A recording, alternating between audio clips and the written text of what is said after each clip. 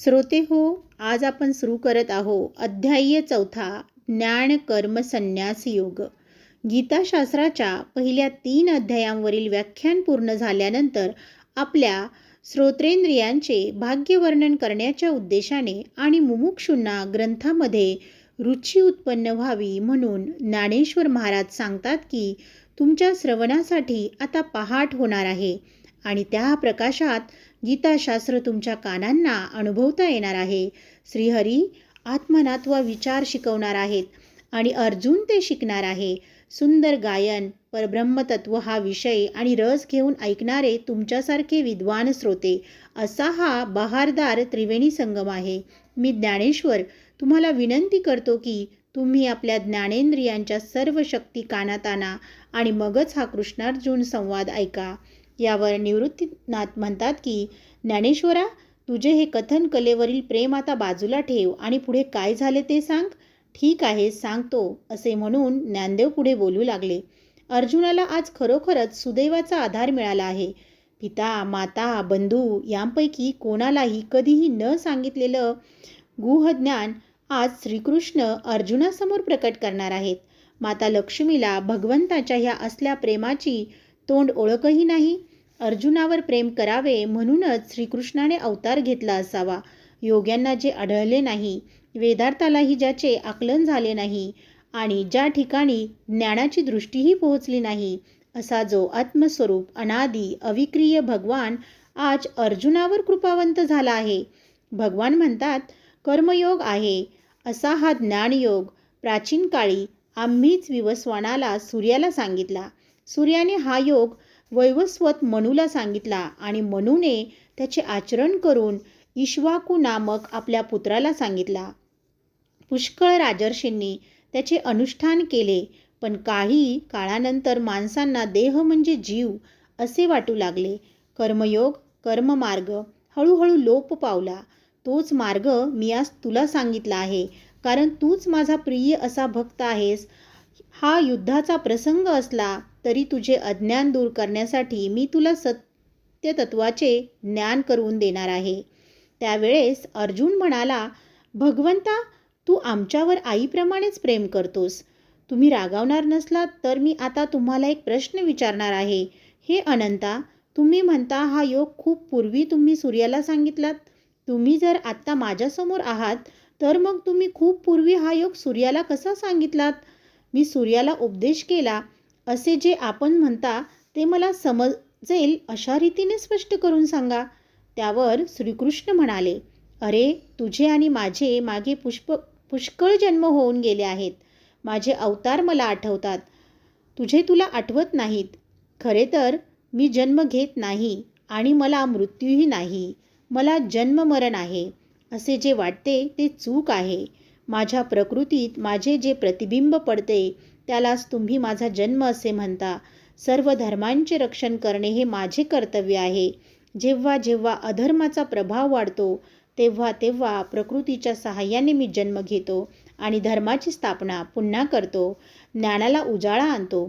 धर्म आणि व्यवहार यांची सांगड घालून देतो. माझे हे असे करणे ज्याला कळते तो विवेकी होय. त्याचा आपपर भाव निघून जातो. विरक्ती त्याला आपलासा करते. तो विरक्त विवेकी माझ्यावरच्या प्रतिधनाने संपन्न असतो. सर्व माणसे एक प्रकारे माझ्यावर प्रेम करतात. खरे पाहता देणारा आणि घेणारा कर्माशिवाय दुसरा कोणी नाही हे नक्की. ह्या मनुष्यलोकी कर्मापासूनच फलप्राप्ती होते. डोंगराच्या कड्याखाली ज्याप्रमाणे आपलाच शब्द प्रतिध्वनी होऊन उमटतो त्याप्रमाणे हे अर्जुना, या सर्व उपासनांचा मी साक्षीभूत आहे. ह्या उपासनेत ज्याची त्याची भावनाच फलद्रूप होते. प्राण्यांची कर्मे आणि त्यांच्यात असलेल्या त्रिगुणांच्या मिश्रणाने 4 वर्ण होतात. माझ्यामुळे ते विभाग होतात, पण मी ते विभाग करत नाही. ज्याला हे योग्यपणे समजते तो कर्मातीत होतो. स्वधर्माचे योग्य ज्ञान आणि कर्माची निवडानिवड करण्याचे सामर्थ्य अत्यंत बुद्धिवंतांनाही नसते. तेही घोटाळ्यात पडतात. तो घोटाळा दूर व्हावा म्हणून कर्म, विकर्म आणि अकर्म ह्यांच्यातला फरक मी तुला समजावून सांगतो. जगाची उत्पत्ती होते ते कर्म होय.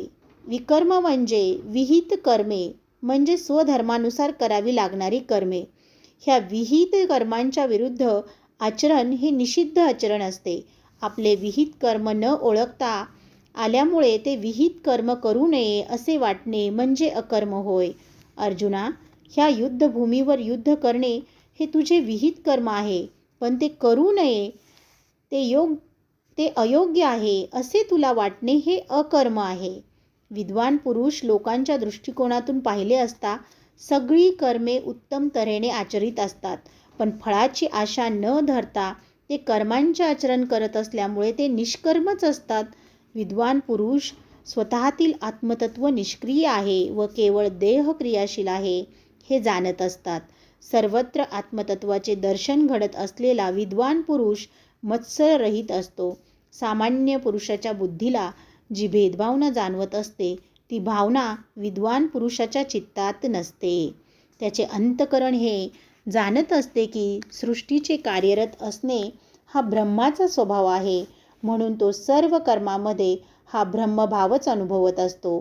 त्याला निष्कर्मी व निष्क्रिय म्हणावयास हवे. चित्ताची ही स्थिती साधण्याचे पुष्कळ मार्ग आहेत.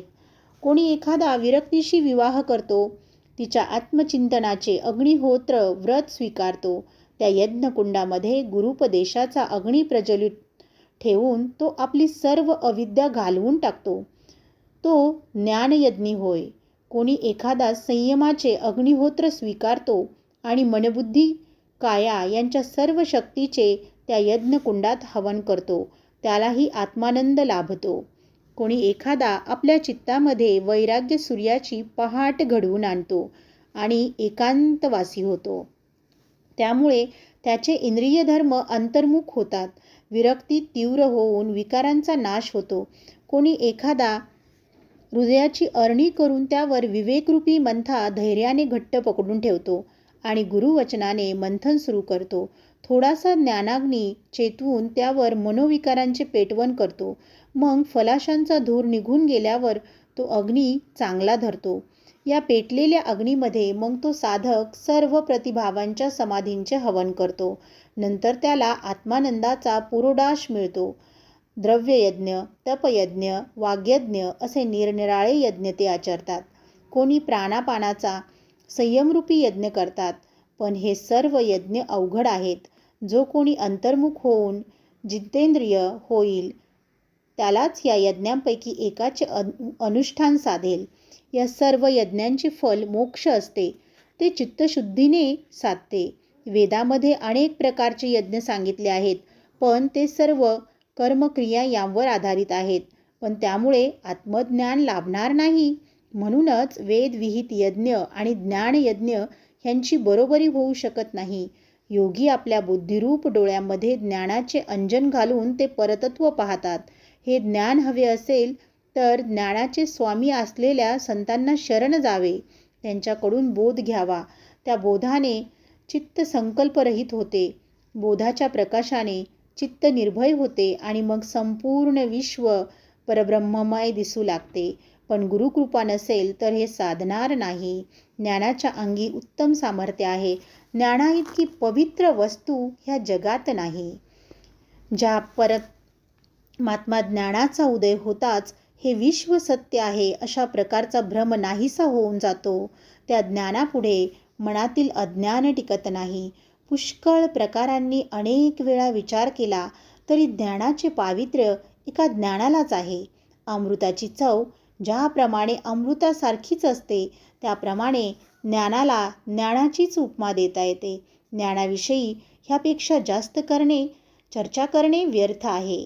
त्यावर अर्जुनाच्या मनात विचार येतो की तुम्ही म्हणता ते खरे आहे, पण हे ज्ञान कोणत्या उपायाने प्राप्त करून घ्यावे? अर्जुनाच्या मनातील हा विचार ओळखून भगवंत अर्जुनाला सांगतात की ह्या ज्ञानाची प्राप्ती कशी करून घ्यावी हे मी तुला सांगणार आहे, ते तू लक्षपूर्वक ऐक. जो आपली इच्छा आपल्या मनाला सुद्धा कळू देत नाही आणि ज्ञानप्राप्तीच्या आशेने आनंदी होतो, अशा पुरुषास शांतीने ओतप्रेत भरलेले ज्ञान आपोआपच प्राप्त होते. ज्या मनुष्याच्या ठिकाणी अशा प्रकारच्या ज्ञानाची आवड नाही, त्याचे जगणे हे जगणे नसतेच. ज्या मनुष्याला ज्ञानप्राप्तीची ओढ नसते, तो संशयरूप अग्नीत पडतो. विषय सुखामध्ये जो आनंद मानतो त्याला संशयाने घेरलेले असते. संशयाने घेरलेल्या अशा ज्ञानहीन मनुष्याचा विनाश होतो. ज्याला सान्निपात ज्वर झाला आहे त्याला ज्याप्रमाणे शीतउष्ण कळत नाही आणि ऊन चांदणे सारखेच वाटते, त्याप्रमाणे खरे खोटे, अनुकूल प्रतिकूल, हित अहित ह्यामधील फरकही संशयी पुरुषाला कळत नाही. अज्ञानाच्या घोर अंधारात संशयाची वाढ होते. श्रद्धेचा मार्ग दिसेनासा होतो. संशय बुद्धीला घेरतो आणि मग मनुष्याला तिन्ही लोक संशयात्मक दिसू लागतात. अज्ञानातून जन्म झालेल्या ह्या संशयाला बुद्धी आणि चिंतन ह्यांच्या मदतीने ताब्यात आणता येते. बुद्धीचे खडक हातात आल्यावर संशयाचा निपात करता येतो. म्हणून हे पार्था, चित्ताची अस्थिरता टाकून दे आणि आवेशाने युद्धासाठी तयार हो. समर्थ ज्ञानी असलेले भगवंत स्वतः मोठ्या प्रेमाने अर्जुनाला वरीलप्रमाणे उपदेश करत आहे असे संजय धृतराष्ट्राला सांगतो. आता भगवंताच्या ह्या सर्व उपदेशाचा नीट विचार करून अर्जुन श्रीकृष्णांना एक प्रश्न विचारेल. तो प्रश्न आणि भगवंताने दिलेले उत्तर मी तुमच्या पुढे मांडणार आहे. मी ते ज्या शब्दांमध्ये सांगणार आहे ते बोल तुम्ही ऐकलेत म्हणजे साहित्यातले 8ही रस त्यावरून ओवाळून टाकावे असे तुम्हाला वाटेल, असे ज्ञानदेव श्रोत्यांना सांगत आहेत. ते पुढे सांगतात की ह्या माझ्या मराठी बोलीतून मूर्तिमंत शांतरस प्रकट होणार आहे. विधभर सूर्यबिंब आपल्या तेजाने त्रिभुवन उजळून टाकते, त्याप्रमाणे माझे हे सोपे बोल तत्वज्ञानाचा गहन आशय अगदी सहजपणे प्रकट करतील. माझे शब्द साहित्य गुणाने मंडित असतील आणि ते शांतरसाचा वर्षावही घडवतील. माझे बोल तुमच्या अंतकरणाला शांत करतील. देहाला कोणतेही कष्ट न देता माझे बोल नीट श्रवण केलेत तर हे गीताकथन तुम्हाला मोक्षानंद देईल. म्हणून मी सांगत असलेला हा योग्य आणि आनंददायी असा गीतार्थ ऐका, असे मी ज्ञानदेव तुम्हाला सांगतो आहे. आणि या ठिकाणी आपला अध्याय 4 समाप्त होत आहे.